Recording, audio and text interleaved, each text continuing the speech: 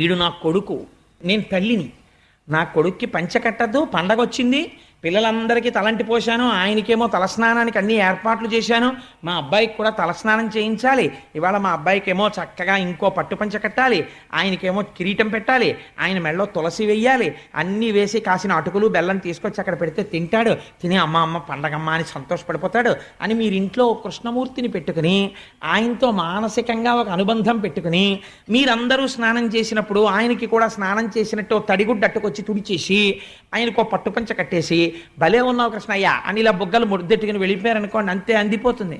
ఎప్పుడో ఒకళ్ళు మాట అవుతారు మీరు, ఖచ్చితం, నాకు అనుమానం లేదు. కాబట్టి ఇది ఈశ్వరుడి యొక్క అనుగ్రహం అంటే. దాన్ని ఆవిష్కరించే ప్రయత్నం చేస్తున్నారు పోతన గారు. లేకపోతే భాగవతం ఎందుకు మనసుకు ఆలంబనం అవుతుంది? వినండి వినండి వినండి అంటారండి అందులో దశమస్కందాన్ని.